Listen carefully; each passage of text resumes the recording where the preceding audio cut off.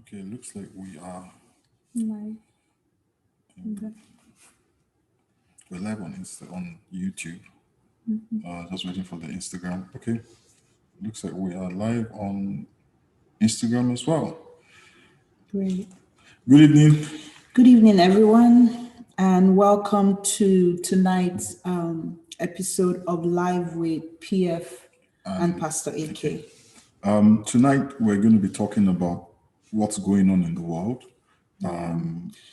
Tonight's topic is actually just hot topics, so kind of current affairs, and just like PF said, talking about what's going on in our world right now.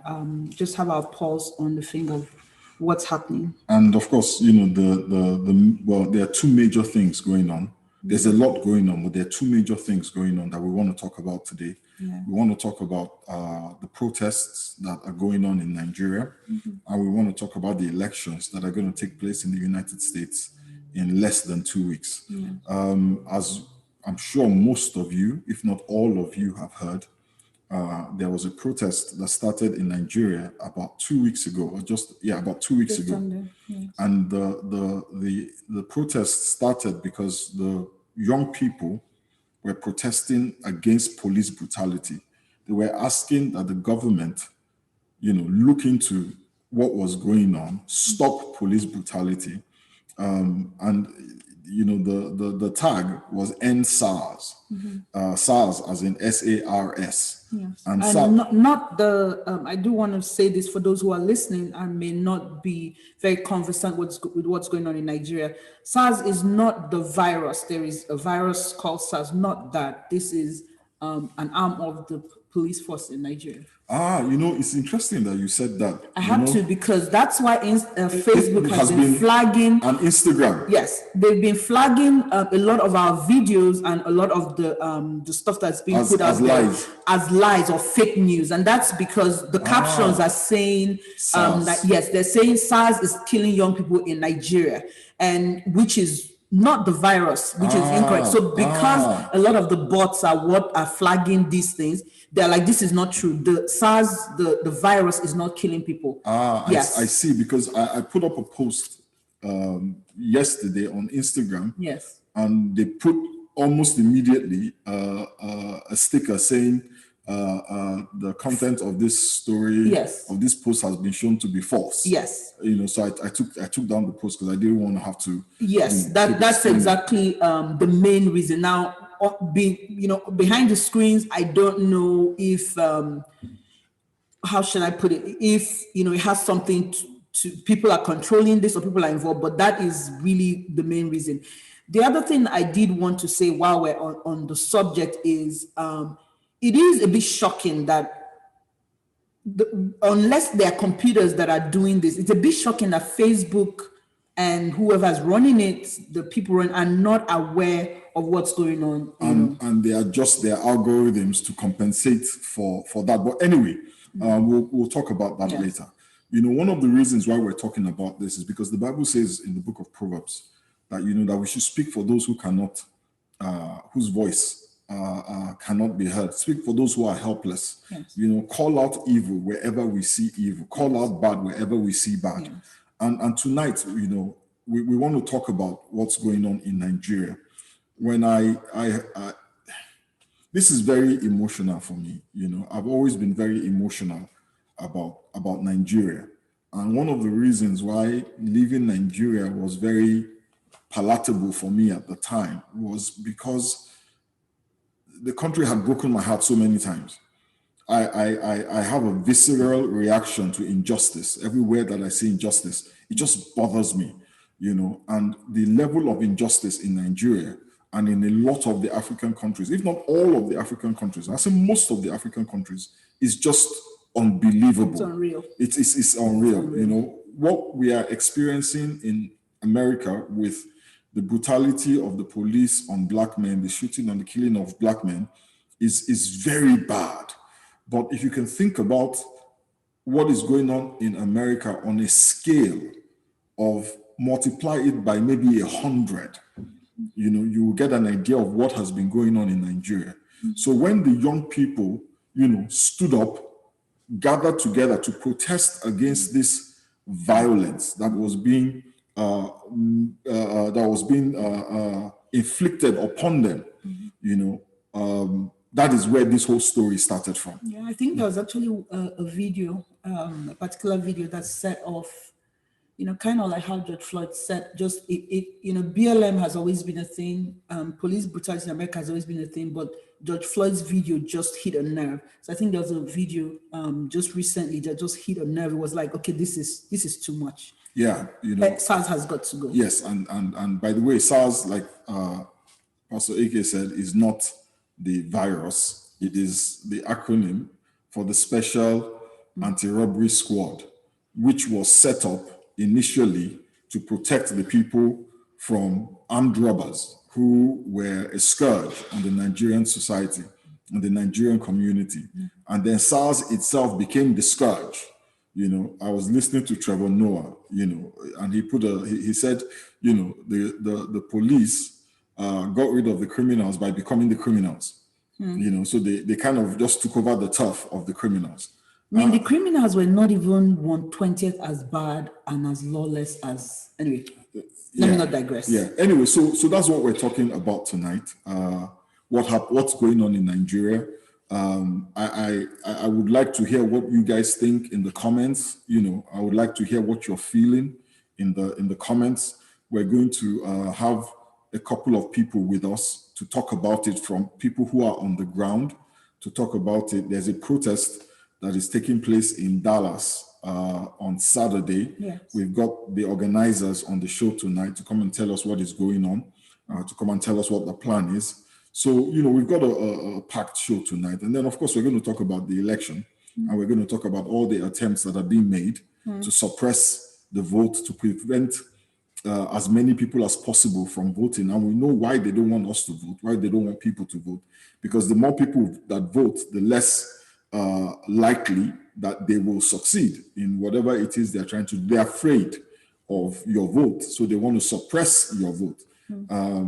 If somebody's trying to take something from you, it means that what you have is important. What you have is valuable. And it's so crazy when sometimes we don't realize the value of what we have, and the oppressor does realize that. So if somebody's working so hard and is determined to take something from you, you've got to start asking yourself, why does he want it? Exactly. Isn't that power? What is the power in what I've got that you're trying so hard to take from me? I hear a lot of people saying, what's the point of voting? My vote I'm just count. one person. Basically, my vote is useless. I'm just one person. I promise you, if your vote was useless, nobody will try and take it. Absolutely. If your vote meant nothing, nobody will try and take it.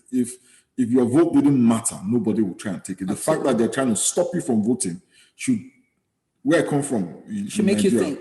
We say catch brain, catch sense. Anyway, we're going to be talking about these things tonight. Yeah. You want to say something? I was going to say real quick, and when we say voting, again, we're not talking just presidential elections. Vote on every level. Vote Senate, vote Congress, vote your HOA, vote.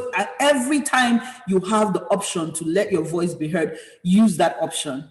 Amen. Council, city men, every single thing, because the law in America and most countries, it trickles down. There's a trickle down effect. Every single person has something to do with what is around you. So vote every single space. Do your research. Find out what these people are about. Find out what they stand for, and don't vote only the presidential election. Vote every time. PTA votes.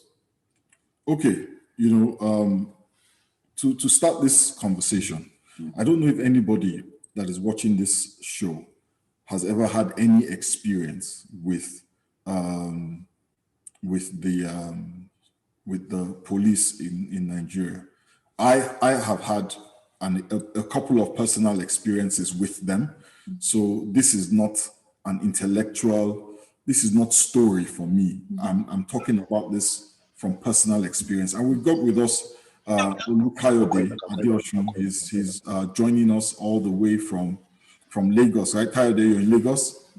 Yes, I am. How are you? It's probably like past 1 a.m. there?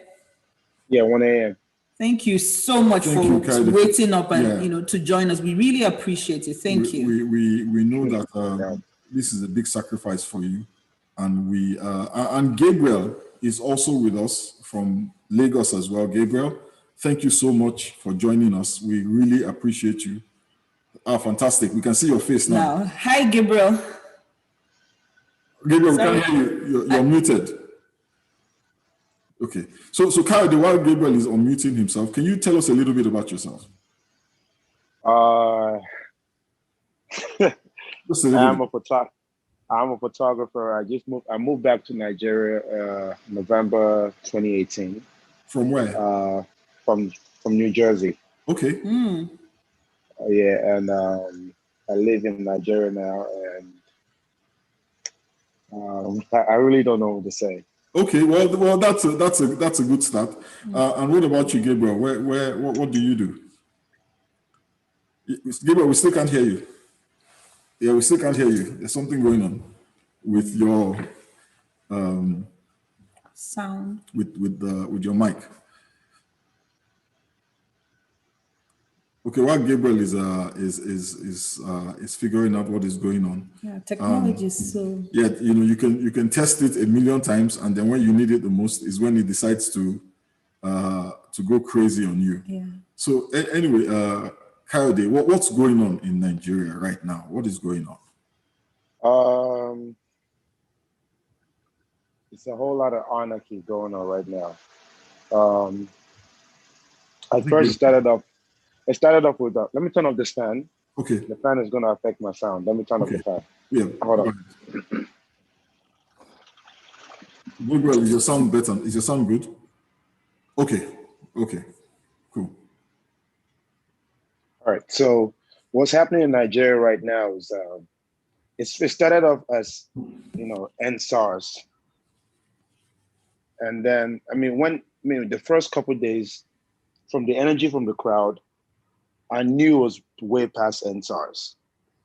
You could tell from the people coming out, they were tired of not just NSARS. This was the chance for them to actually speak up and talk about how they've been oppressed for years as Nigerians. And I guess they've been quiet because they've not had this chance to speak up as Nigerians forever. So this was the only chance. So the first couple of days, it was like, some people were saying NSARS, some people were saying, I don't know what happened. No, we can still hear you. We can hear you. Okay, I just see myself in the bigger picture, that's why.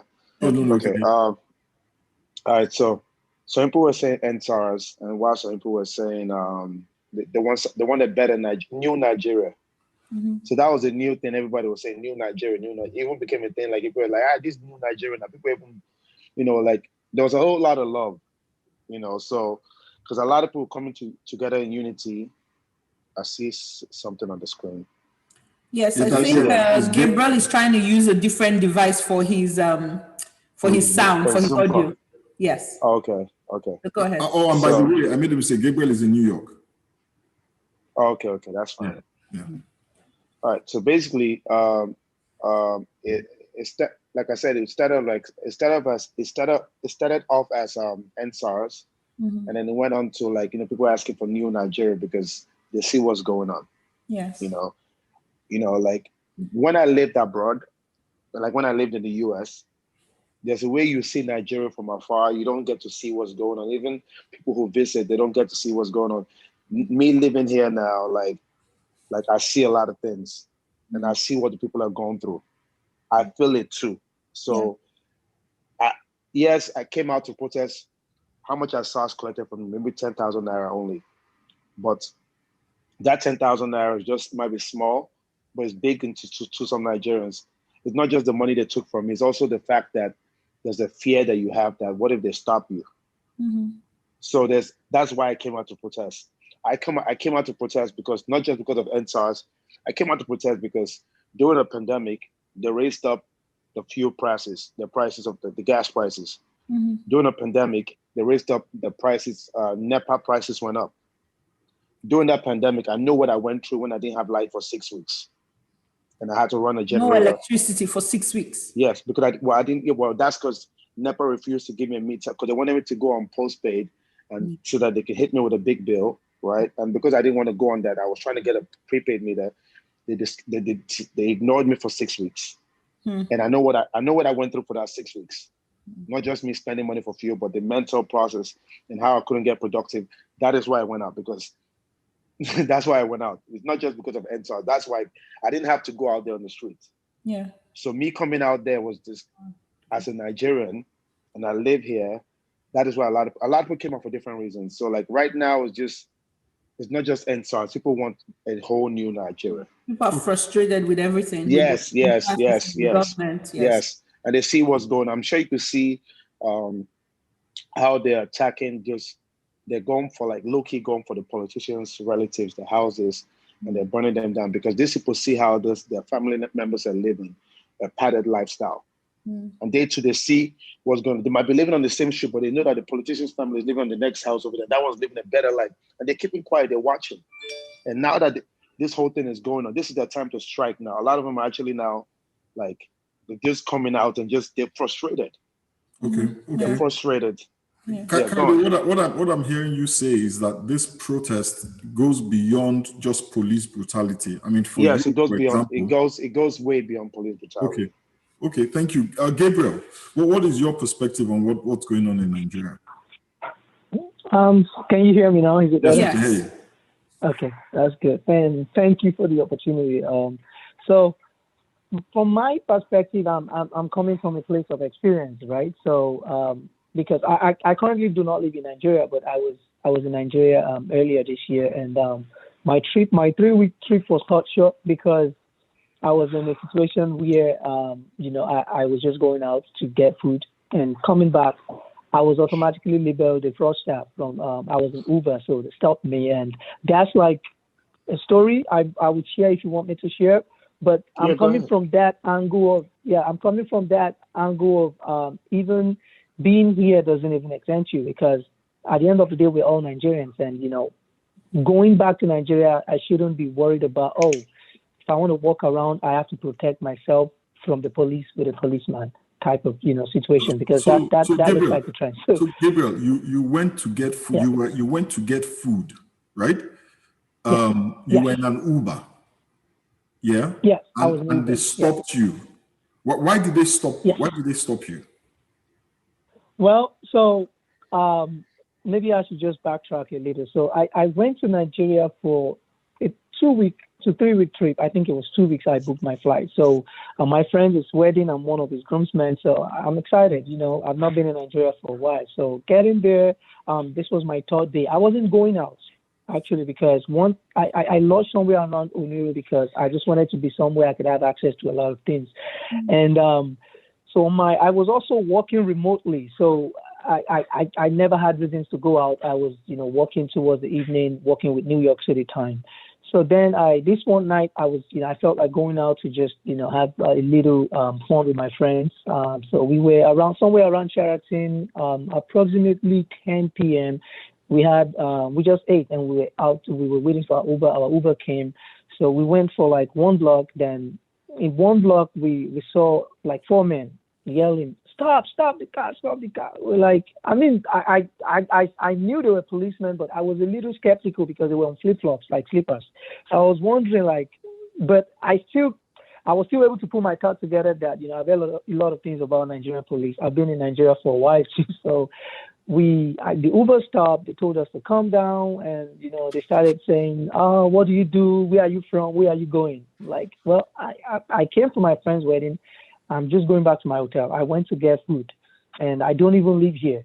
And then they pulled my friend to the side. They asked for his ID, and he identified himself. He works for a company in Ikeja, so I think they let him go.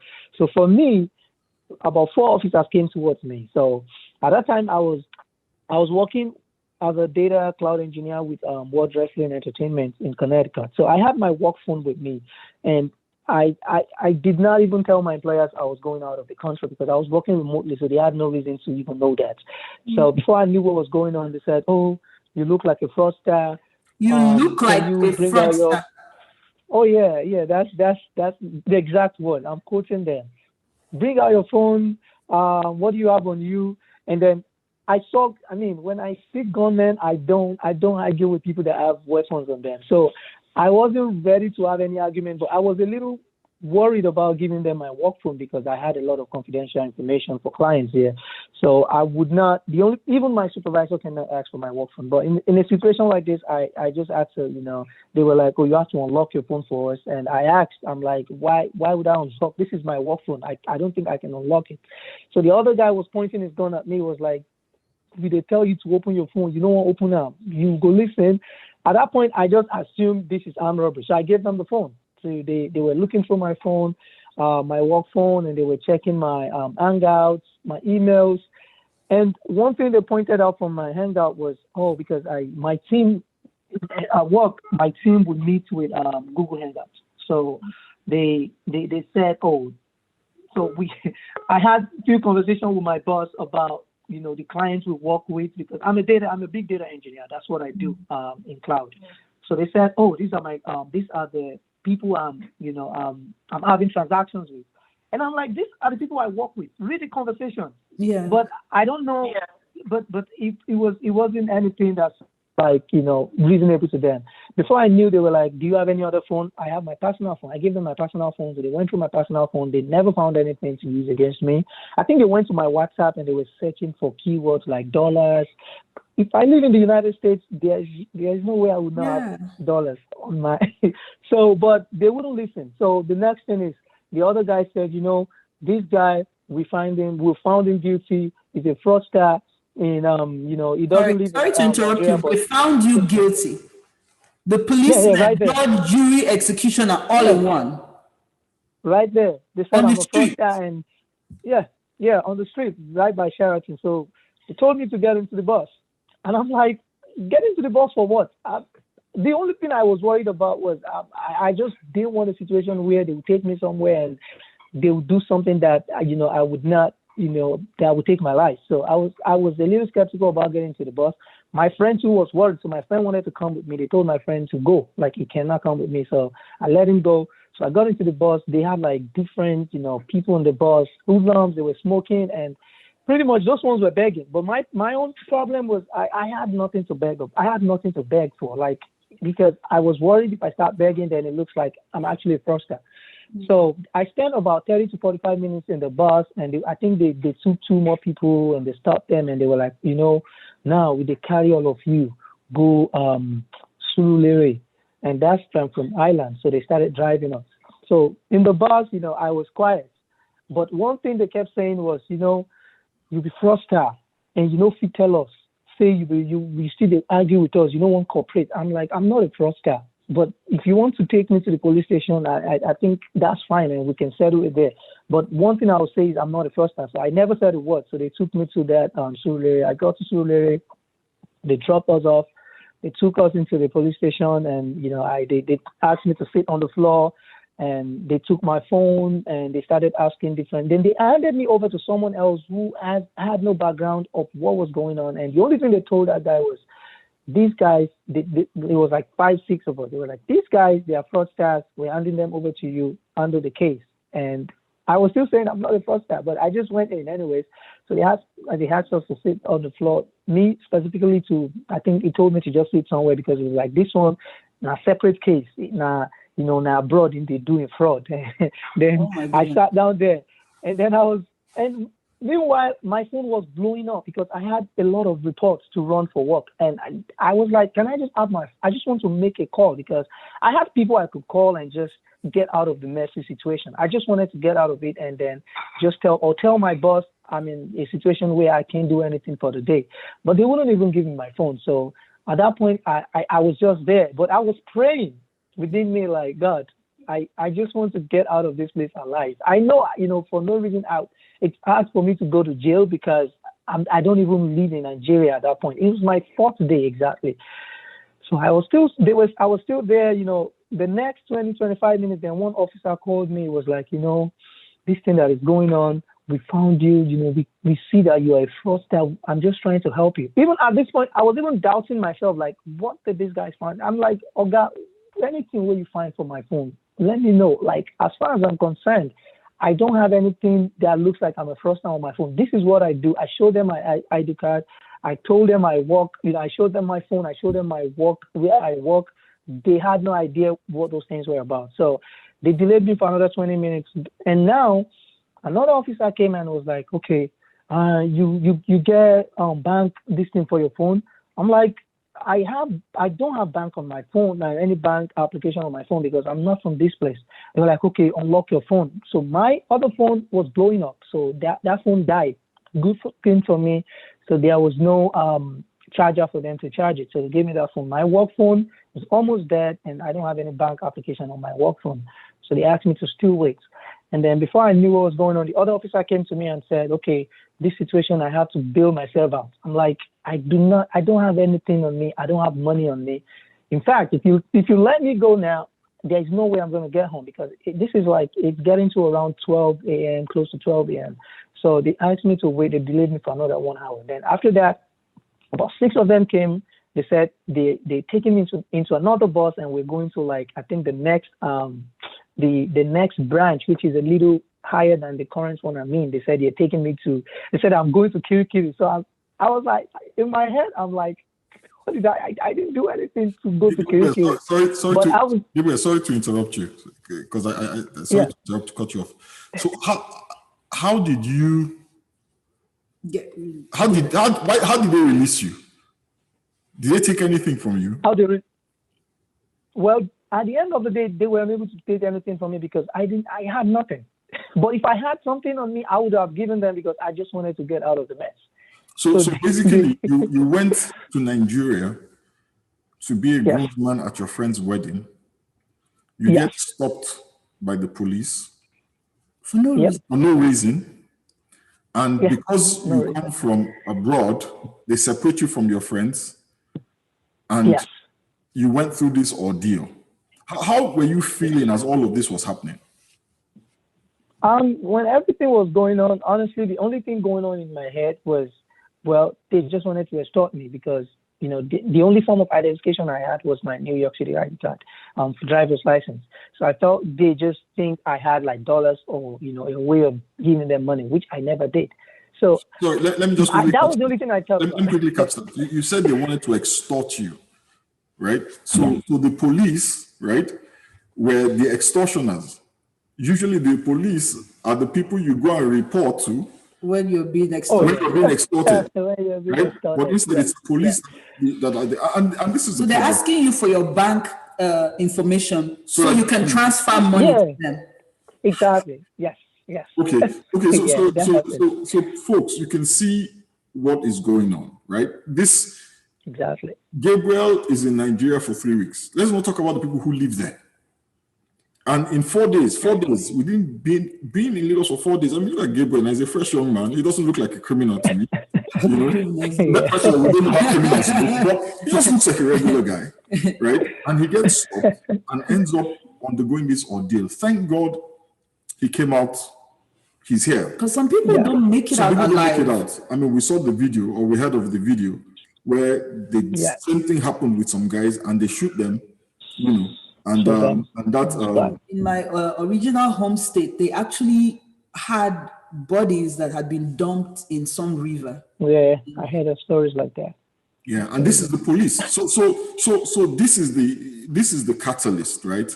Let's not call it catalyst. This is the last straw, so to speak. This was the last straw that broke the camel's back. Kayode was saying that for him, for example, he went out to protest not just because of police brutality. He went out to protest the electrical, the issues with electricity. He went out to protest. Because it's not like there wasn't electricity, was that because they wanted to extort you on some level, they literally withhold it from you. So let me ask you guys a question. I'll ask Kayode this question. So the protest, right? Clearly, it's being led by young people, right?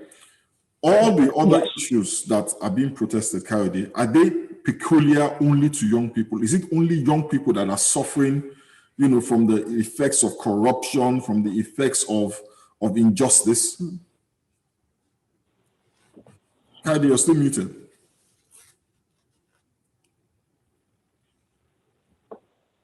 Still muted. You're muted. I'm mute. Yes. Okay. Can you hear me now? Yeah. All right, cool. Can you still hear me now? Yes. All right, so I'm on ground right now, and when I first came in, I came on like, you know what? I just came. I went to like 5 different protest grounds in Lagos. I went to, I think 4 or 5. I've been to Alausa, Airport Road, Ojodu, and Lekki. And I didn't know about Ojodu at first. I live in Ojodu, and I didn't know that there was one going on here. So I used to go to different places. I was just going as a photographer, and I was just trying to document stuff. And I noticed that a lot of young people were coming out. And from when young people were coming out, I felt like I didn't just want to just take pictures. I didn't want to just, I was letting my voice through my skill, but I felt like I could still, and I knew that I have a gift in me, and I could deal with people. So I started like, interacting with the crowd and just helping out how I can. And I joined this group that was out here also helping out too. And we formed a WhatsApp group, and I'm part of the people actually on ground leading the protests in Ojodu out here. So there's a whole lot of young people who come out, and they are like, it's not just young people who are just affected by this. This whole thing is affecting the old and the young. How it affects the old is that the old people might not be harassed by the police, but they might send their child out to go run an errand for them. Just the child might be out, just like how Gabriel went out on holiday. The child might just be on holiday in Lagos for like 2 weeks. And then God forbid something happens, they lose a child like that. You know what I mean? This thing affects anybody. Just like what happened to Gabriel is what happens on a regular basis in Lagos, right? Like the rich people don't go to jail out here in Nigeria. So people like Gabriel, who have nobody that could have saved them, this is how people go missing. You get me? So a lot of people you think that they're missing. Yeah, they're kidnapped, but they're kidnapped by the police. So the police that's supposed to be protecting you are the ones committing this atrocious crimes, and they're snatching people. So young people are coming out, old people are coming out, but old people they're actually more socially conditioned to be afraid to fight against the government. So they're clapping on the sidelines while young people are actually the ones out there on the streets who are actually protesting. You know what I mean? But there's some older people who are coming out to help out, to like, hey, yeah, no more SARS, but like there's mostly young people out there. Okay. Mostly young people. Because they know that the future is ours now. Where the old people are going to die out, so young people are the ones out. Okay, Kayode, you said you were kind of like leading the protests in your area. Is there any organization to this protest, or is it just a spontaneous outpouring? So right now we're actually under the umbrella of the Feminist Coalition. Basically, there's a group of women. Much respect to all these women, first of all, because I feel like these women, if these women didn't come together to say they want to lend help, nobody was supporting us. So it was basically these people, they raised funds from Nigeria here, they raised funds for places around the world. It got to the point that the government knew that, okay, since these people are getting funding, the only way they could stop these people whereby it was going to be freezing their bank accounts. So they started freezing their bank accounts in Nigeria. So that didn't stop this. For no explanation, no due process, no legal process. I just saw one today. One just tweeted today, like, yeah, like they just froze our account. GTB froze our account for no reason. She understands. So that's what they do. They don't want to explain. Right? In America, due process. I think they will send you a letter. This is why we're shutting down your account. Nigeria, they don't. She understand. So basically, when they froze their account, these women still raise money in other currencies, in Bitcoin, in dollars, from GoFundMe, and that's how we've been doing this protest. They've been the one feeding the crowd, and that's why the crowd is coming out, because they know that the government is not funding this. They know it's not politicians that's funding this. They know we are the ones raising this ourselves. Even we have to even use some of our personal funding to actually help out, because sometimes even at one point the fund was even, because when the government limited their when the government froze their account, we had to they lowered they reduced our budget for Ojodu, and then some of us had to come out of pocket to actually help out with the crowd, because the crowd was just getting bigger and bigger, and they kept rushing us like they want water, they want this, they want that. You know, you just had to do what you got to do. But yeah, that's the first protest I've seen where the protesters feed each other, give each other water, take care of each other. I heard like when phones are broken, people are fixing them for free. Lawyers. Let me tell you something. This is the first time in my life the first time in my life that my car had a problem. Because these guys know my face, Judu here, because I've been part of this people spearheading. It's not just me. I don't want to take the glory. It's not just me. We're a team together. It's like 18 of us, right? But they know my face. And this guy said, oh, so don't worry, we'll take care of the car. And they fixed my car. They're like, I felt so loved. It was like, and they kept saying, new Nigeria, new Nigeria, new Nigeria. So it's like they know what's going on. They see what's going on. They know they've been oppressed, but they want better. And it's so hard. We're in a country where weapons are not being legalized. So that's why the government gets away with all these things. If this is America where the police is attacking citizens, the citizens will fight back. But they're doing all this oppression tactics in a place where the citizens can't fight back because they only have sticks and bottles and knives. You understand? So they're doing all these things and they're getting away with it, and people are just living in fear. For example, now Buhari just spoke to us finally today. Yes. I was going to ask Kade, sorry, I wanted to ask you about that. The president spoke. What was your reaction to his speech? He basically just told us, you guys better stop. You guys better stop protesting, or you're going to be an enemy of the state. Yeah. Really? Yeah, that basically that you guys forget that this guy was a dictator. This man was a military leader. This man was a retired general. This man is very calculated. He might be old. Yeah, retired major. He might be old, but that man is very calculated. This man is a military man. You understand?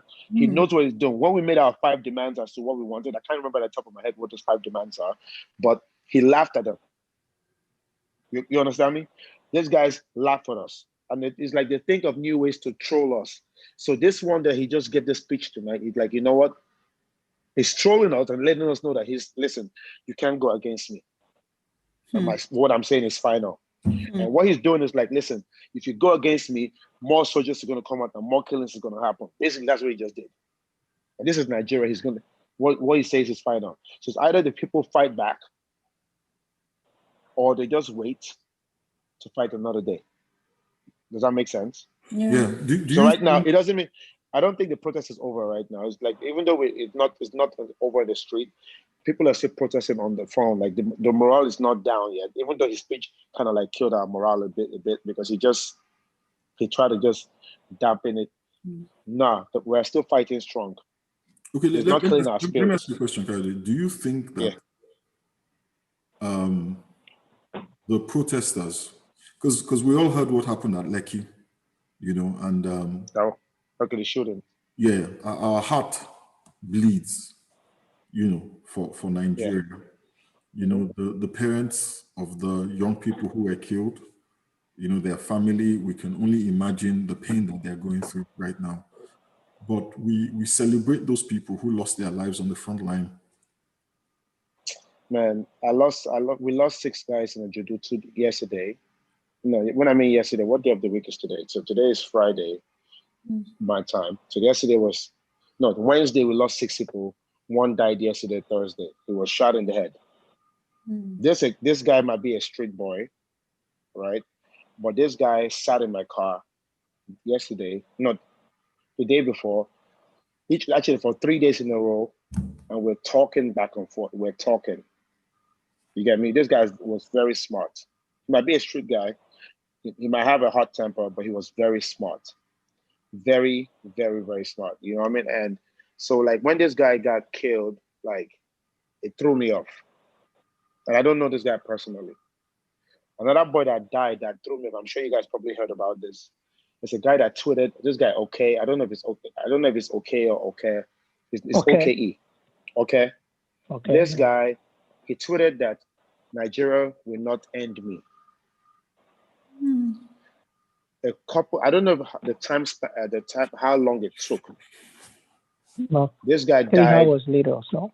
Yo, he died. That one threw me up. And the one that pained me the most was his girlfriend finding out while scrolling on Twitter. She was just scrolling on. It's not like they sent out the tweets. She was just scrolling just to be checking what's going on. And then she found her boyfriend's lifeless. But let me tell you something. Yesterday, I sat in my car for 6 hours, just staring. And this guy's, and when you think back at that Lekki video, you think that's where the shooting ends. You think that that's okay, that those people made a mistake and that was where the shooting is going to end. But if I tell you that these shootings are continuing still, you get me? The soldiers are still yes. shooting. Yeah. Well, the soldiers are, in some places are saying that, oh yeah, we're not out here to hurt you guys. We're not here to hurt you guys. We're here to restore peace. But there's some knuckleheads who are just there pointing guns, ready to shoot. When I was at Airport Road, there was some Air Force guys who responded, because I was also at Airport Road when there was a shooting too. I just narrowly missed that by a couple seconds. Thanks to one girl who just told us, she kept saying, "K, let's go, K, let's go, K, let's go." She said it like about 5 times. So I was like, all right, let's go. Let me just finish editing. And she just said, no, let's go, let's go. I said, let me edit one more picture. And she said, no, let's go right now. So I just hopped in the car. And me, like, you know, like when a woman says something, I just learned that, listen, don't argue. Let's just go. So I was like, all right, let's go. As we were leaving, right? First of all, the guys that were at the Airport Road, if you've been to the Airport Road toll gate at the airport, it's like 2 entries, just like when you go to a toll booth. Yeah. So the guys were, like, basically what happened was like, it's called, I don't know the right term, it's called Trojan's horse. So the Air Force had a distraction where the people were facing them. I'll use something like, let me use this. Mm-hmm. So this is Airport Road toll. Mm-hmm. This is the Air Force pickup truck that came to the toll.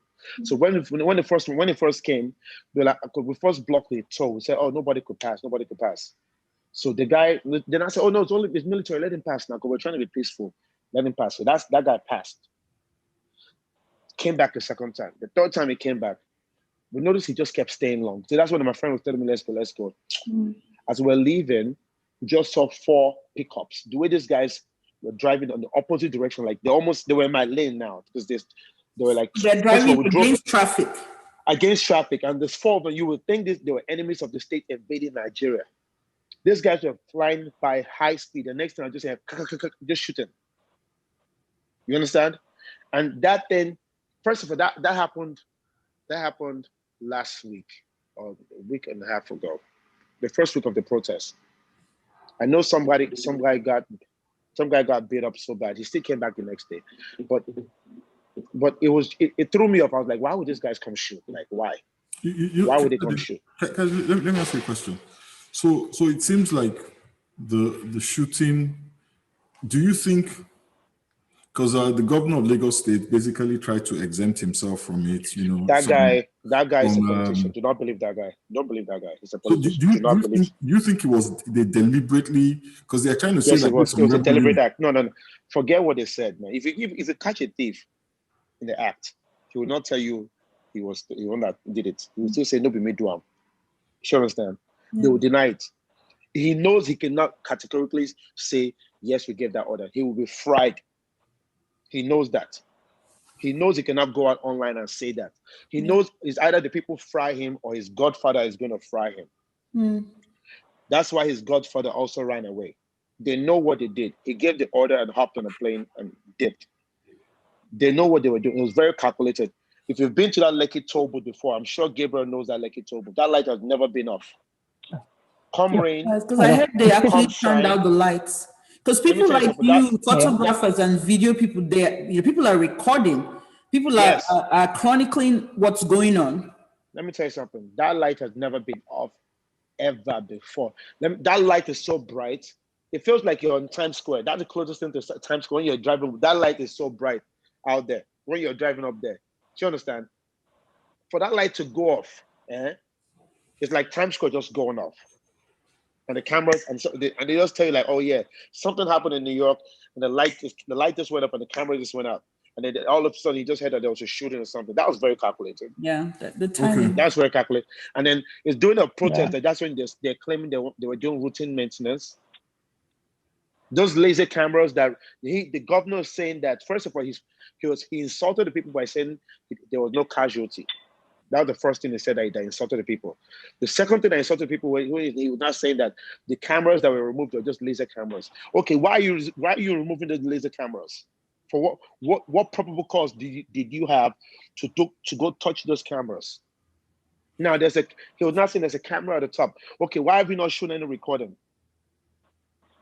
Why are you not answering all these questions?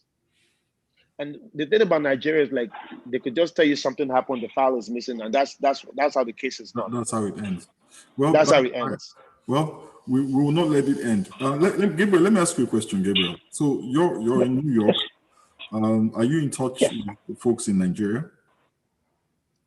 Yes, I'm in touch with my folks in Nigeria, definitely. Yes. Yeah. So what is going on? What is the effort being made from here to help the folks in Nigeria? Is there any effort being made? Are people sending money from here? Are people sending anything from here? Well, so I've heard of people sending their support and different organizations putting donations up. But I've made little effort in my way too, because I feel like everyone has their part to play. So my own part I was able to play. So I was there was some rumors going around that there is a possibility of the government restricting access to social media or finding the way to tamper with people's connection. So I was able to actually because I'm into data, IT, networking, creating cloud. So I was able to actually create like 100 connections for about 100 people that are actually like more on the front line that that need some sort of private VPN connection for them. Yes. Really? So I tested that. So Gabriel, so what you're saying is that even if the government, for example, were to shut down the internet, you have created like a backdoor. So that one, the internet, I know they can never shut down the internet because you need the internet to even do bad stuff. So what they can do what they can do that is very possible is to actually shut. Oh, yeah, you want to say something? Kayode believes they can shut down. Before Kayode says something, so what you were saying was that you want, in case they shut down social media. Certain websites. So when you are logging into that website, you will be logging it in as someone that is not in that location because they are restricting the current location you're in. So I've set up a location in Virginia, US East Wonder. When you are using Instagram or you're using Twitter, you are showing as someone who is not there. So that means you are exempted from that. Or in case they want to track you, they can't get your IP. They can only get IP of someone in Virginia. Okay. Yeah. Kayode wants to say something. Kayode, you're mute. Kayode, you're mute. You're mute. Okay. I keep getting muted, that's why. Okay. Yeah. Okay. These guys have been messing with the internet since 3 days ago.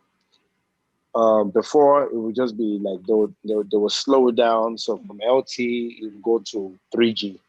And when you see 3G, the first thing you want to do is you want to reboot your phone. You do it again, it's still 3G. You're not connecting. It will go back to 3LT again. Today, this phone I'm connecting, I'm talking to you on didn't have connection for like hours, no service bar for hours. So this is not even about VPN now.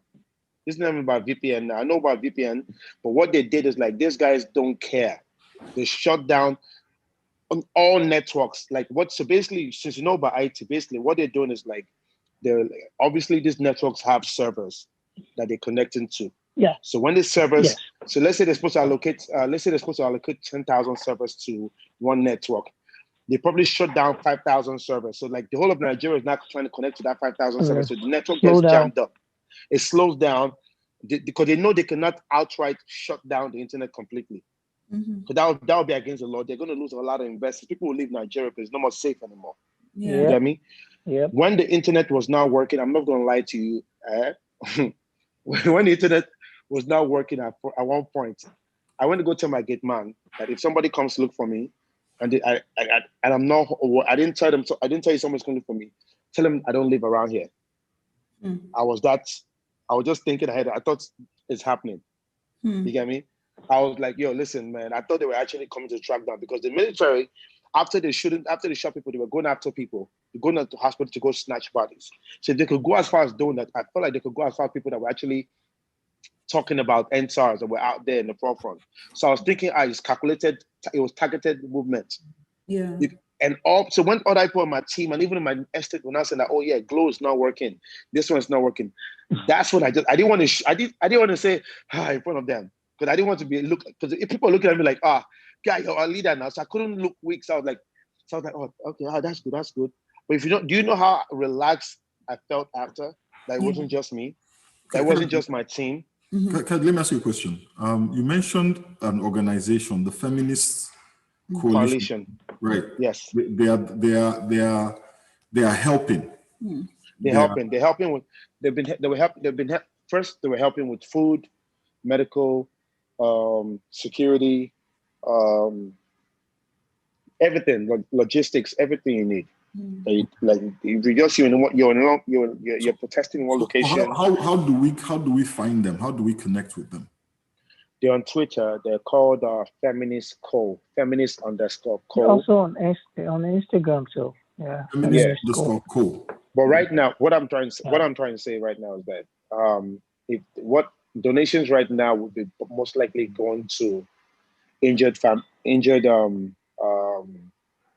protesters or people at the hospital, people who lost families of the loved ones. Like, for example, we're just telling them this evening that, listen, we lost 7 people. Even though I know we lost 7 people, I cared about that one guy that I told you that was in my car. And that one, I want to see if we can just help his family, because I felt like that guy he has a heart of a lion. You know, so I felt like he shouldn't just die in vain like that, you know. So I'm like, okay, so what they're doing right now, they're trying to help with, you know, however way they can. Yeah. However way they can. Okay, well, so that's what they do. Thank you guys so much for the time you have taken just to share your experiences with us. Our hearts and our prayers are with you, Kayode. You know, we're praying that the Lord will just watch over you. Amen. What you are doing, you know, fighting a battle that many of us would love to fight. So, you know, I just want to say from the bottom of my heart that I really appreciate what you're doing. And I'll be praying for you that the Lord will protect you. Thank you. We will do all that we can on this end to make sure that our voices are heard. We have a protest coming up on Saturday in Dallas. Every city that I know, all the major cities in America are all planning protests. So they may think they'll slow down the protests in America. I mean, in Nigeria. But the protests in America continues. Yes, and that's why I keep saying that the protest continues. So like that's what Nigerians think. They think they can shut us down. Yeah, you can shut us down here, but you can't shut us down outside. California, New York, Houston, all the major cities in America are doing protests this weekend. I saw a bridge where I saw a video where some guys are doing a praise and worship. I think it was in New York, and that was very moving for me. That one right there was like, you know what, there are people out there who are actually praying. Yeah, prayers are going up everywhere. You don't understand, like that. I saw one in London as well, in England. Yeah. Oh, right out. Oh, guess what? The new update now. They were protesting outside Tinubu's hotel to the point that he got sent out the hotel. You understand? So Nigerians are actually working hard outside Nigeria. Yeah. You understand? For the hotel to kick him out. Listen, do not feel like you have to be. Hotel in England. In France. Oh, France. Yeah, it's England, France. I don't know where it's, but I saw a video of him getting kicked out of the hotel. Okay. He was leaving the hotel. But what I was trying to say, even a friend asked me earlier this evening, like he felt like he was helpless because, like he felt so helpless because he's over in America and we over here. But I'm like, yo, listen, what you guys are doing over there is more than what you could do over here. Because if you come here, you're coming as an Americana. You can't do too much as an Americana now. You don't have the mind of the Nigerian that want to. After a while, you probably be like, oh my God, it's too hard. It's too hard. You go inside. Okay. It's true. No, it's true. Because I used to know it's true now. Because I went through that when I first came. Oh my God, this is hard. And I got darker. I used to be like Gabriel's skin tone. I know Gabriel. You understand? Yeah. I got so much darker. I hate being in the sun. I got 2 or 3 shades darker. Oh my God, so no, but what I'm trying to say, like, listen, what you guys are doing over there is amazing, and is amazing around the world. Like, the fact that people are actually supporting is nice. I love it. I love the fact that people are actually raising their voices. Because you never know who's seeing your post. Yes. You might not know somebody. You might not know somebody. You might not be able to make a change. But there's somebody on your timeline that will know somebody that could make a change. You understand? Absolutely. So just keep posting, keep talking about it, and hopefully we might not get a change right now, but we know that change is coming. We know what to do next time now. Yeah. Just how to move smarter now. It's just because we didn't move in one unison. We didn't move in unison, and a lot of people didn't come out. People that came out in Nigeria on a scale of 100, probably like 20 to 30%. If the whole of Nigeria came out, right, the people running Nigeria are less than 15%, like the people at the top. If the Nigerians come out, less than 15%, less than 15%. If these guys come out to say they want to go against this government and say they demand better, they can get it.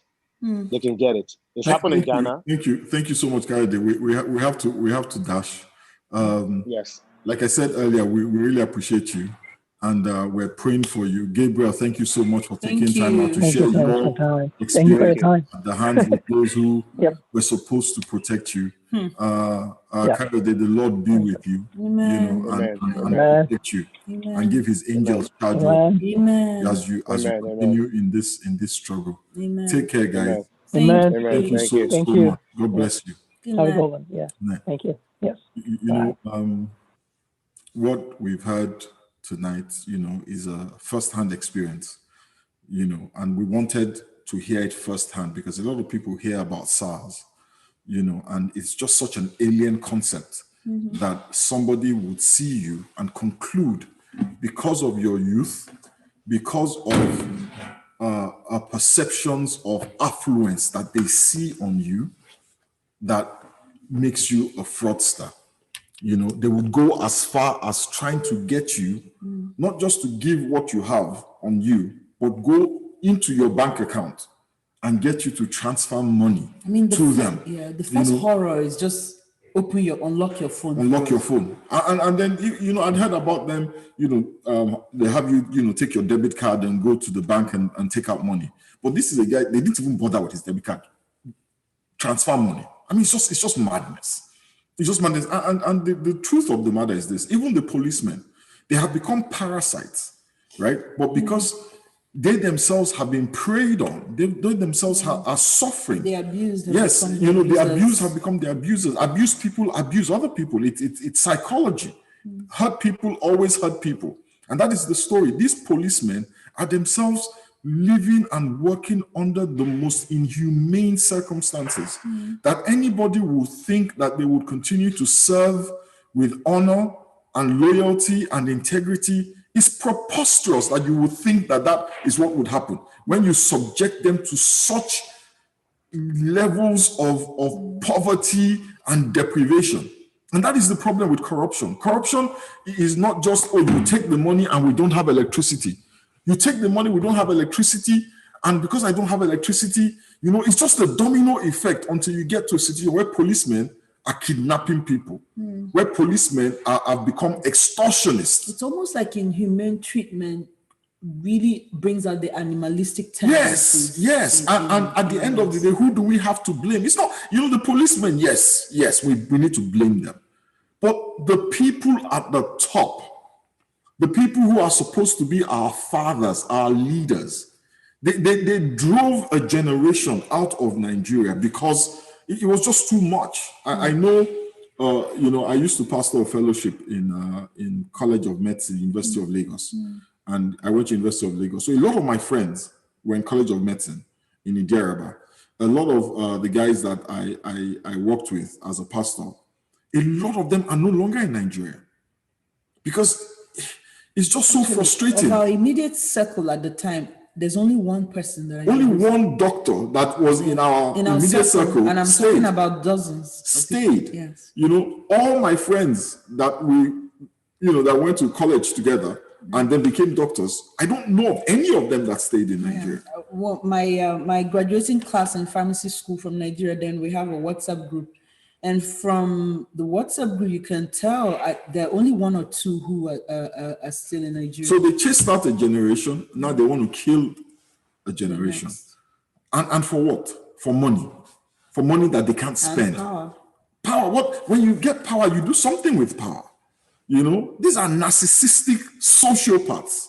They don't want to help anybody.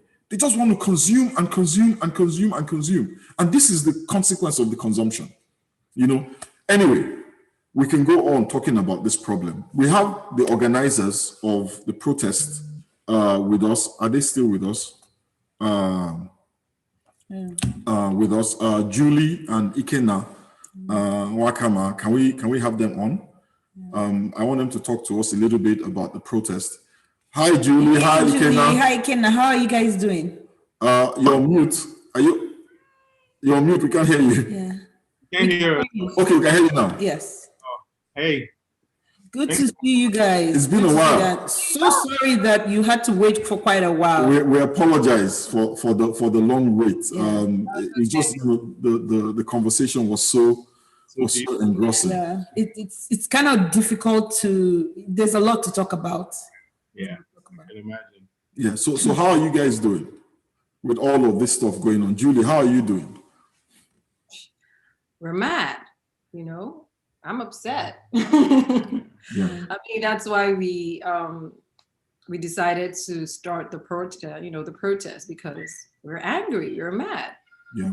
And you know, it's one thing. It's one thing to sit on our computers. It's one thing to post stuff, Instagram. you know, and Instagram and all that. But we really have to go out there to protest, like. To display your anger, you know. A lot of people think protests don't do anything or they're sort of indifferent, but it sparks conversation. Yes. Right. If anything, draws attention. Yeah. We've created awareness, you know. We're a lot like 50% of the world is talking about Nigeria right now, you know, and that is what we need. You know, we need attention. We need all that. Perhaps we might not have anything tangible that will come out of this, but the world has seen that we're going to fight. The world has seen that we're not. And that is very important. It puts the government on notice. You know, they may, act all brazen and, they do know that right now they have the power. But I think it puts the person on notice. When the victim starts to speak up or fight back, it puts the abuser on notice. So they either have to figure out a different way to do things, or if nothing else, they know this is no longer business as usual. We don't even want them to. We don't even want a different way. We just want them to go. I know, but all of them should just go. I know what we want and what we're driving for. What I mean is, even if like Julie said, you don't see an immediate. Tomorrow, you don't see it tomorrow, but you put them on notice that it's no longer business as usual. They should just go. I just want them to go tomorrow, all of them. It's all of our wish, but it's easier dreamt of than actually seeing it happen. Yes. Because the truth is that even with all the protests, there is a question that hasn't been, I've heard it discussed in some circles, but not widely enough, which is, okay, so if the government says we're out of here, who's filling that? So I'll be honest, I don't even mind the vacuum for a season. The vacuum is dangerous. Those guys are parasites. They are parasites. Because I think it's what's made this movement is so effective has been the lack of a central leadership, right? So you can't point and say, oh, it's this party that's instigating, or it's that. You can't attack them. You can't arrest anybody. You can't murder, and then you can't bribe or pay off, right? But at the same time, it's almost kind of the Achilles heel as well of the movement, in that if we get what we want, because again, SARS was just the match, right? Yes. That lit up the room that was really filled with gas, right? Yes. But that's not, SARS is gone, but what we really want is reform of Nigeria. Absolutely. A new Nigeria. That's a question, but that's a question for after this. Right now, we have to be about this protest. We have to be about what's going on, and that's what we're trying to do. Let me ask you a question. Sorry, Julie, you're going to say something? No, go on.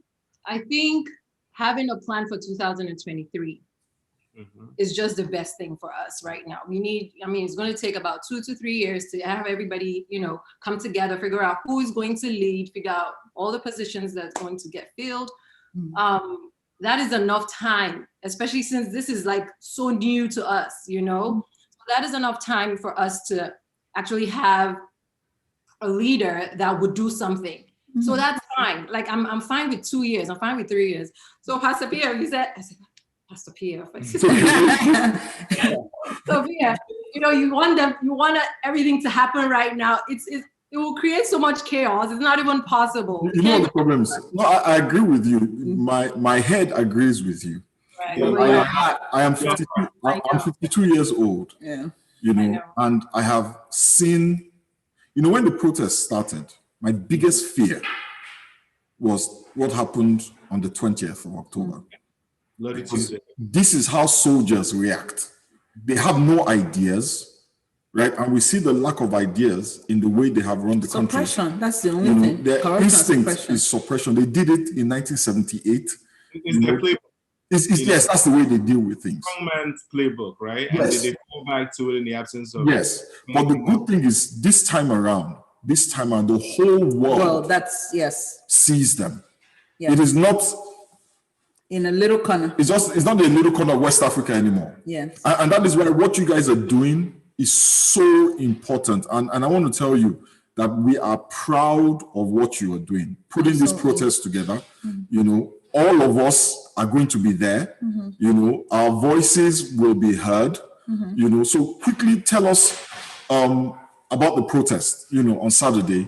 Where, when, what do we need to do? What do we need to be aware of? Yeah, so Saturday, 11 a.m., Dallas City Hall.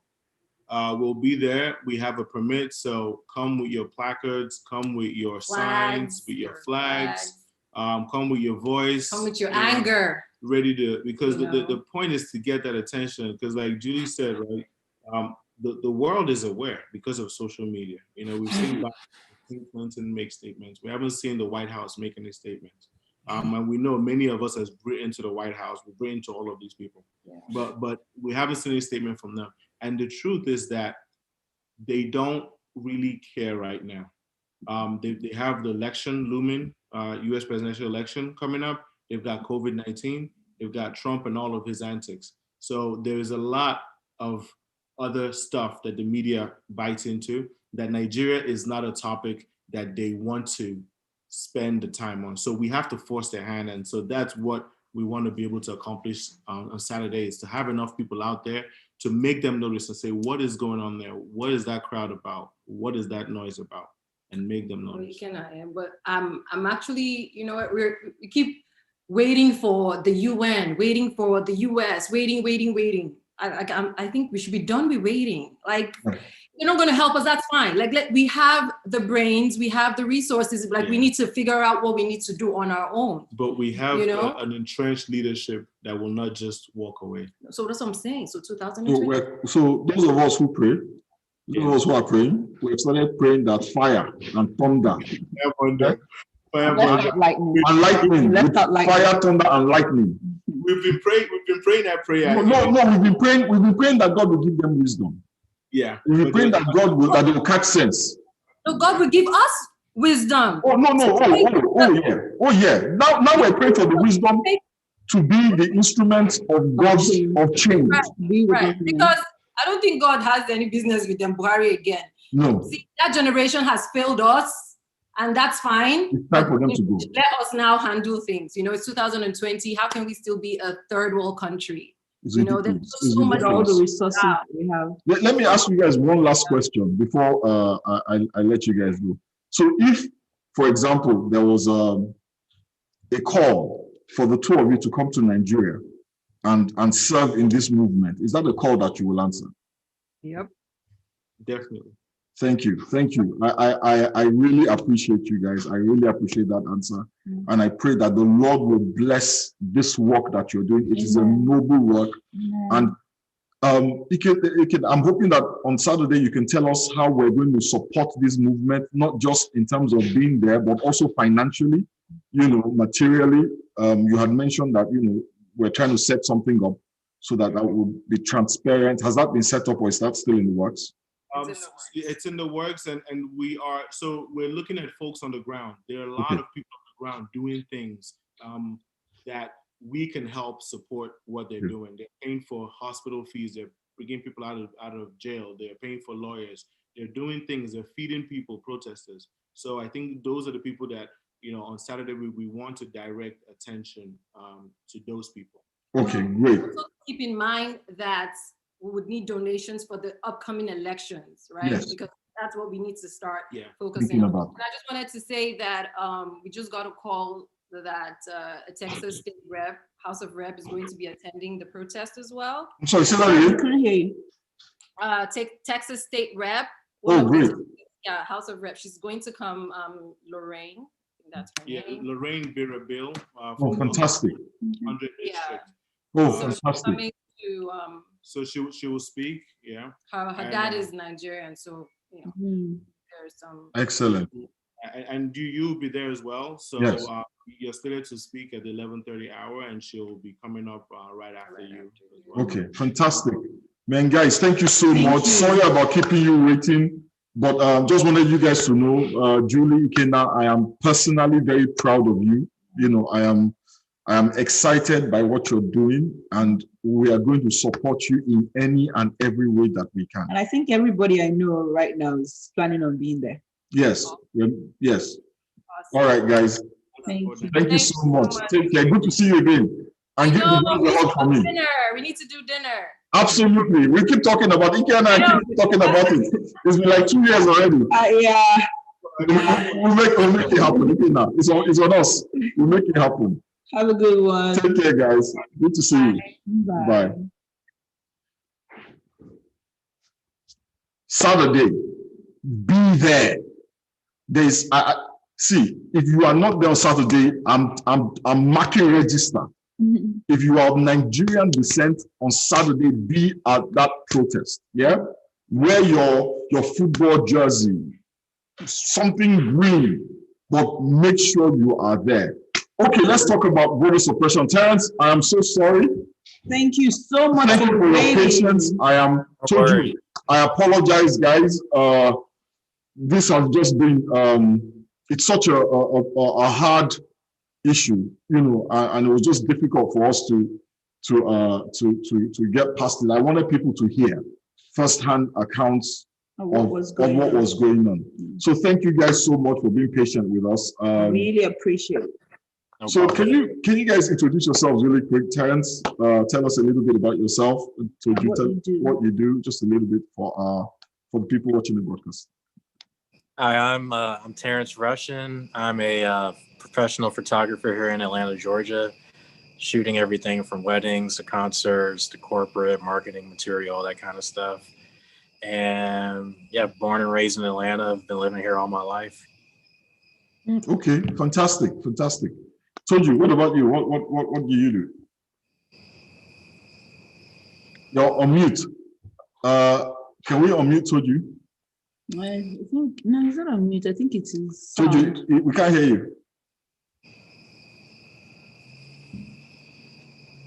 Yeah, I think there's some. Can you have maybe like a phone or like another device to pass the sound? So I think he's having the same problem that Gabriel had. Yeah, we can't hear Toju. Toju, can you hear us? We can't hear you. No sound at all. No sound at all. You might need to use another device like your phone or something to do the sound on one and the video on another. Okay, while we're figuring out what's going on with Toju's sound, our moderator will reach out to Toju. Yes. And they'll try and figure out what's going on with his sound because we can't hear him at all. Terrence, elections. Voter suppression. Yes. We've had some personal experience with this thing. I heard it took you, how many hours did it take you to cast your vote? It took me 7 hours, 45 minutes, and 14 seconds to cast my vote in the Georgia primaries earlier. 7 hours and 45 minutes. You forgot the seconds. And 14 seconds. 14 seconds. I'm laughing, but it's not funny. Yeah. Why do you think it took so long? That's a whole work day. It's a whole work day. One of my coworkers told me I could have flown to England in that time. Yeah. I could have done a whole lot of things during that time frame. But it's something that people in Georgia and in the South really aren't that like a stranger to. because there's been a lot of voter suppression issues in the South, particularly Georgia, for as long as I can remember. I'm only 31, and as long as I've known about voting and have been able to vote, the communities that have a greater population of people of color often suffer a lot of issues when it comes to trying to place their vote, whether it be on early voting days or on the actual election day. So do you think this is a deliberate attempt? Do you think it's deliberate, or is it just like, stuff happens? It's no doubt to me that it's deliberate, no matter like what the people who are in charge of these, like setting up the elections and making sure that the polling places are equipped. I'll say that the people who are in charge of that are aware of those problems happening, and there's not really a change like going forward to try to make things better. And it was pretty deliberate in the 2018 elections, the governor's race here in Georgia that made national headlines, where it was between Stacey Abrams and Brian Kemp. Brian Kemp being the Republican and the Secretary of State, I believe. So he was actually in charge of the election that he was running in. And even then, back then, 2 years ago, there were a lot of problems with people trying to cast their votes, like long lines, like upwards of 4, 5, 6, 7 hours, polling machines not working, people not being able to cast a ballot because of voter registration issues, and just the list goes on. And I'm sure this only happens in areas where people of color, minorities live. Yes, definitely. When I was in June, when I was waiting in line and documenting my experience on social media, I had friends like texting me and messaging me on Instagram saying, "Oh, well, I'm north of Atlanta and it only took me like 15 minutes. And I voted in College Park, Georgia, which is not as affluent. Yeah, very, very diverse community. Yeah. And there's people were in line long after I left, and there's no telling, like, even with the early election or early voting starting for the presidential elections last week, there were wait times of 7-8 hours, and even one reported area had like a 10-hour wait. Whoa. And people are waiting. You waited. Yes. My mind is blown. Told you, do we have you back? Still no sound. Maybe you should call. Can you call in on your phone so we can hear this? Call in to the number on the invite. We still can't hear you. Yeah. Ayo, is there any way to call? Yeah, technology can kind of hold you to ransom sometimes. Oh, all the time. That's just the way technology works. Yeah, it's a blessing. Especially when you need it the most. It can work like stuff will work right up until the minute you're ready to use it. Exactly. So Terrence, you voted, and we want to say that we really appreciate that you were patient enough. That was during the primaries. Have you voted in the general? Yes, I voted. What was that?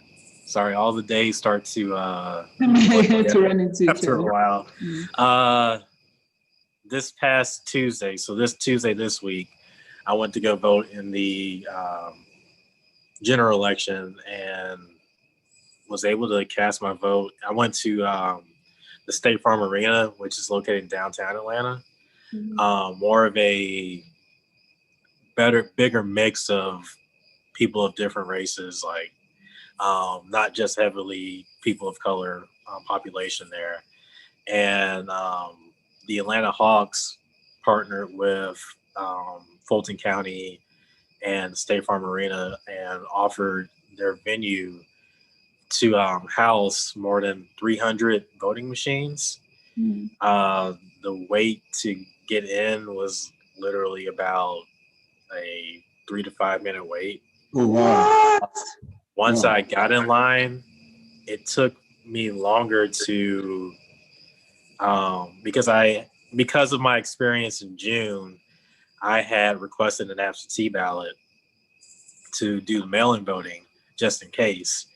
And you started hearing in the news all about the problems there, like with the postal service and possible corruption there, and GOP sabotaging like mail-in voting practices, and so that got me worried again, because that's another form of voter suppression. So I decided to opt in and go in person. And once I heard that State Farm Arena was open, and it took me longer to trade in my mail-in vote ballot, sign an affidavit, and get the access to actually vote in person than it did for me to stand in line. So like the whole entire process of me walking in, going through security, signing the affidavit, voting, and walking out was all of 15 minutes. Okay, great. It looks like we found the solution to Toju's problem. Toju, can you hear us? Sorry? I said, can you hear me? Oh, yes. Oh, yes. Yeah, finally. This is a form of voter suppression. Yeah. I can't disagree with you. I can't disagree with you. So Toju, tell us, what do you think is going on with this voter suppression thing? Okay, so first, piggyback on what Terrence said about his experience in Atlanta. Like, when you have the person who is in charge of actually running the election, like his job is supervising and monitoring the election, as well as certifying the election results as one of the candidates, that in itself, not only does it provide or give you the, like, it's not just that it's conflict of interest, but in situations like that, they try to avoid the appearance of the conflict of interest. And he had no desire in stepping down, because when I was preparing for this, I looked up what would happen if someone wanted to suggest any sort of impropriety, and the I guess the process would be, whatever they were bringing forward would have to be brought to him. So he would be hearing his own case in terms of an appeal or anyone suggesting that something was foul play. So it's like, wait. No. In the United States of America? yes. So basically, I am the teacher. I write the exam. I take the exam. I'm also the person who is going to score the exam. I mean, like, for real. Yeah. So so when things started getting wonky was when partisanship entered the Secretary of State position. Like, that was already bad enough, where you had one person maybe influencing elections. But when they started having other, like, Secretary of State taking part in these elections themselves, that's when things to a whole nother level. For instance, there were 2 other Secretaries of State in Georgia who actually went on to run for office. Well, the first one a Democrat, one a Republican, and one of them actually decided to resign altogether from her position because she knew she could do the job while being impartial, but she didn't want there to be any appearance of conflict of interest. She didn't want it to be past. And there are no laws, or I mean, is this like a loophole, or this actually makes sense to somebody? It's not necessarily a loophole, as it's a tunnel of sorts, where people have gone along with this, and they've tried to make it seem as if, well, you elected these people, so you believe in their integrity. Yes and no. We believe in your integrity for this position, but we don't believe in your integrity at this position while trying to attain higher office.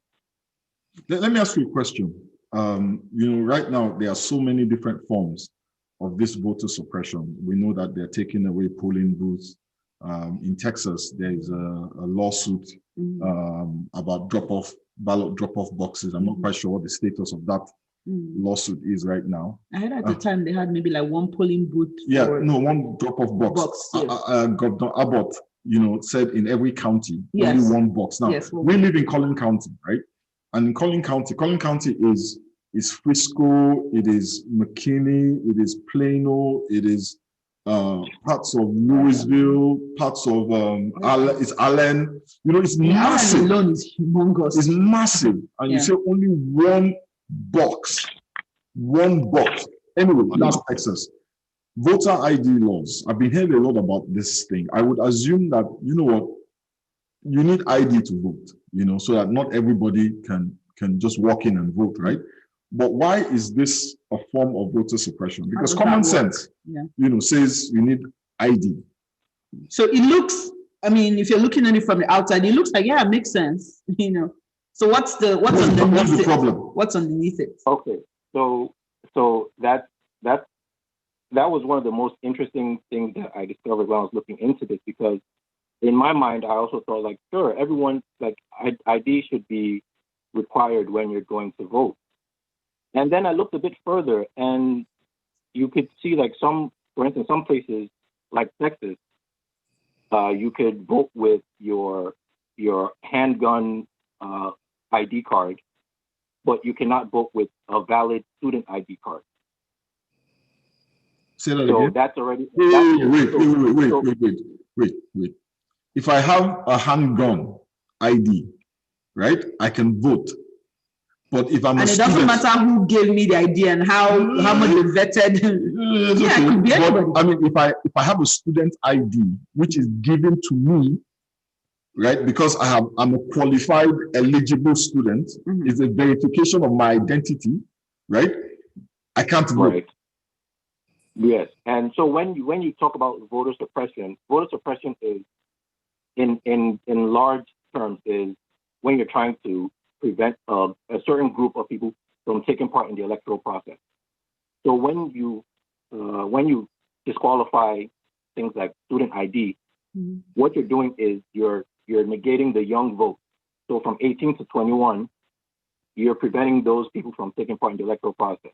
Why? Why would they want to do that? Well, because in the history of the country, young people tend to vote liberal. That's not breaking news. That's just it is the way it is. And they're a huge exactly, where it's even though they might grow up and become more conservative in their youth, they tend to vote. They tend to lean liberal. Okay, so let me ask Tuju and Terence this question. So basically, what you're saying, right, from this last answer both of you gave, is that voter suppression is basically something that is being done by the conservative side of the aisle. No, not see. So it's another thing. So it might be that way now, but the funny thing is when Jim Crow laws were being instituted, they were done by Democrats. So basically, it's whoever is in power who has the power to do it. It was Democrats in the South mainly who were trying to maintain their stronghold on the little power that they had left. And as parties sort of swap ideals when we crossed into the 1900s and into the 2000s, it's we've seen that the conservative GOP side has done everything they can to either discourage people from voting or preventing them from voting altogether. Okay, so Terence, I wonder what you tell your friends. I'm sure you've heard this before. My vote doesn't count, or my vote doesn't matter. I'm just one person. It doesn't make any difference whether I vote or not. What do you tell people like that? I've definitely heard that my vote doesn't count. It doesn't matter anyway from a number of people, from the time I started voting when I was 18. And I always have to disagree because, it's kind of like a domino effect. If one person believes in something and stands up for it and goes and lets their voice be heard, that can affect another person and another person, another person. And you start to get those numbers up and starting to see like, oh, my friend went to vote. Maybe I should go vote too. Everybody in my class just went to vote. These people seem to have the same ideals as me. And it starts to get that wave gets bigger and bigger of people who can, like, for lack of a better term, tip those scales. Yeah, and you're right, because that's what happened in the last election, right? 2016. The number of people who gave Trump the election, the victory, less than, 200,000 people across 3 or 4 states? Probably less. Tuju, you want to say something? Yeah, so it's funny that he mentioned like that this is brought up in terms of my vote not counting. There's a documentary that I think it started airing yesterday or aired today on HBO, and it's titled 537 Votes, because that was the margin in Florida for the election between Bush and Gore. 537 votes. 537 votes. So if another 538 people on the other side had voted, it would have been 1 vote. So your one vote does count. And for Terrence, who waited almost 8 hours, that places extreme value, because our number 6, our number 1, a lot of people would have walked away. Right. Somebody just sent me the information. 2016, Trump won by 88,000 votes combined in Michigan, Wisconsin, and Pennsylvania, right? Yeah, 88,000 people. Yes. Yeah. If 88,000 people had voted, we would not have had Trump as president of this country. So if you are one, sorry, just going to say this. If you are one of the 88,000 people who did not vote, okay, yeah, I think you have to. There are so many people who did not vote because of that mindset. All your fault. So don't be talking about Becky. You're the Becky.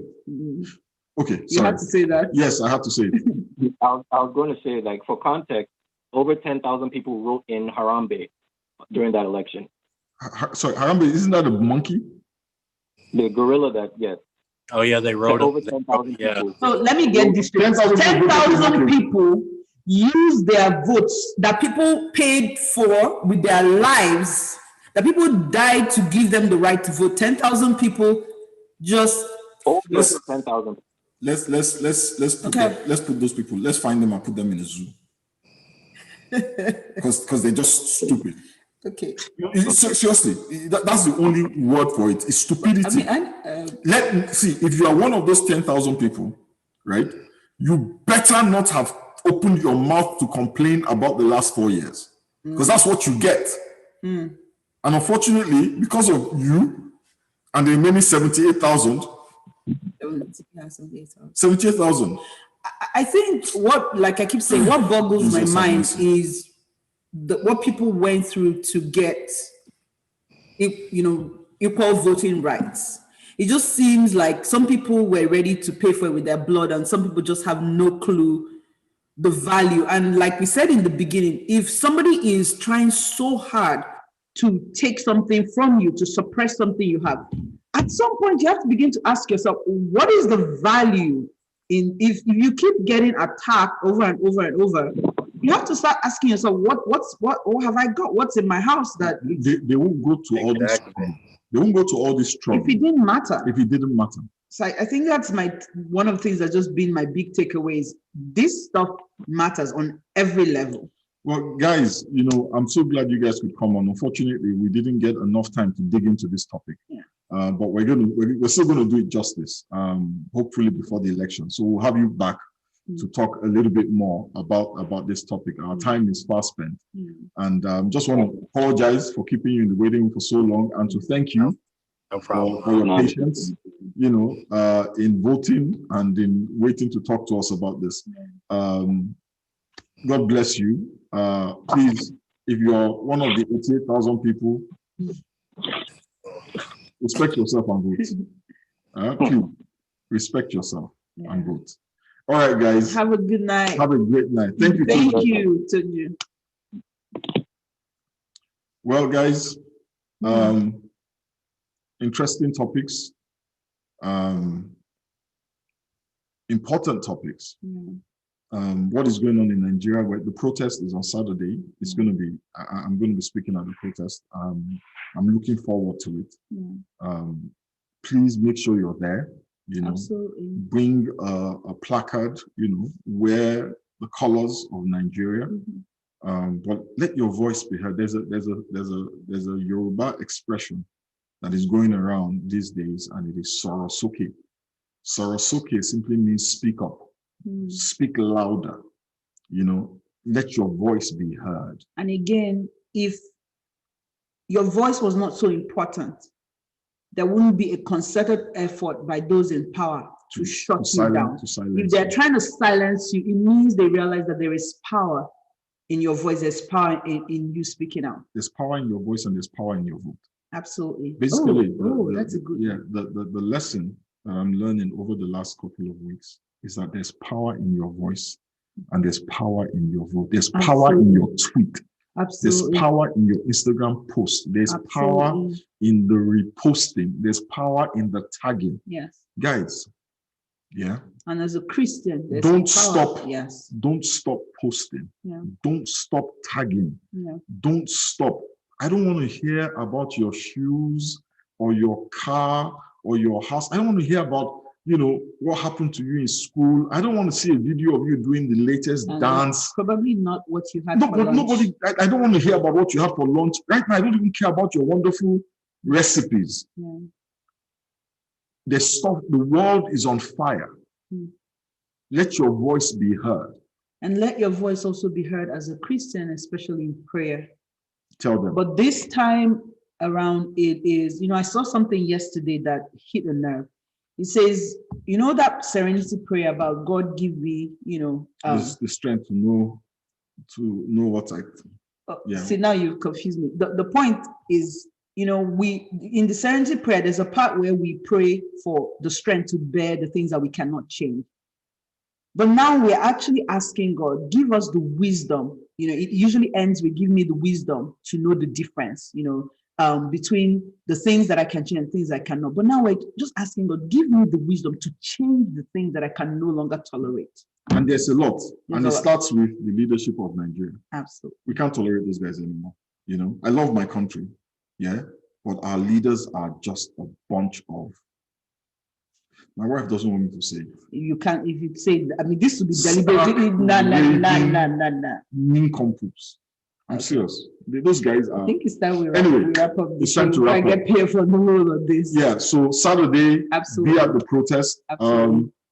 Sunday, we're going to wrap up our sermon series on prayer. I really am praying that I can talk about prayer because my mind right now is on calling down lightning and fire on some people, but we will talk about prayer in a constructive way.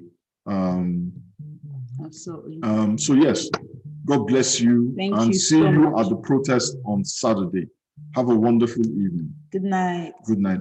Don't stop posting. Don't stop tweeting. Don't stop tagging. Yeah. And don't stop praying. And don't stop praying. Your voice is powerful. Your vote is powerful. Voice on earth and your voice to the heavens. Amen. Amen. You can see the most spiritual person in this family. Nah, we'll take it in turns. You're the spiritual one. Good night. I'm still a prayer point. Good night, guys. Good night. Bye. Bye.